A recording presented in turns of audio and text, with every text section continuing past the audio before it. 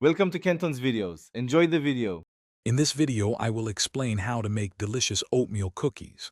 First, let's gather our essential ingredients. You'll need 1½ cups of all-purpose flour, 1 teaspoon of baking soda, and 1/2 teaspoon of salt. Don't forget 2½ cups of old-fashioned rolled oats for that classic chewiness.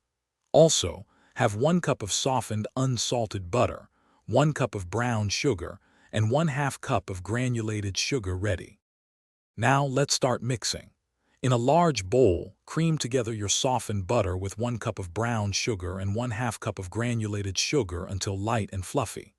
Next, beat in 2 large eggs, one at a time, making sure each is fully incorporated before adding the next. Stir in 1 teaspoon of vanilla extract. Finally, gradually add your dry ingredients, mixing until just combined. Then gently fold in the 2½ cups of oats.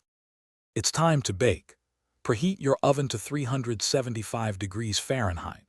Drop rounded tablespoons of dough onto ungreased baking sheets, ensuring they are spaced about 2 inches apart to prevent them from merging.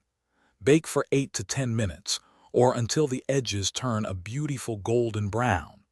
Let them cool on the baking sheet for a few minutes before moving them to a wire rack to cool completely. Want to personalize your cookies? Feel free to add 1 cup of raisins, chocolate chips, or chopped nuts to the dough before baking. For an extra chewy texture, try underbaking them by about 1 minute. Once cooled, store your delicious oatmeal cookies in an airtight container at room temperature for up to 5 days. For longer enjoyment, baked cookies can be frozen for up to 3 months. Thanks for watching. Consider subscribing if we helped you.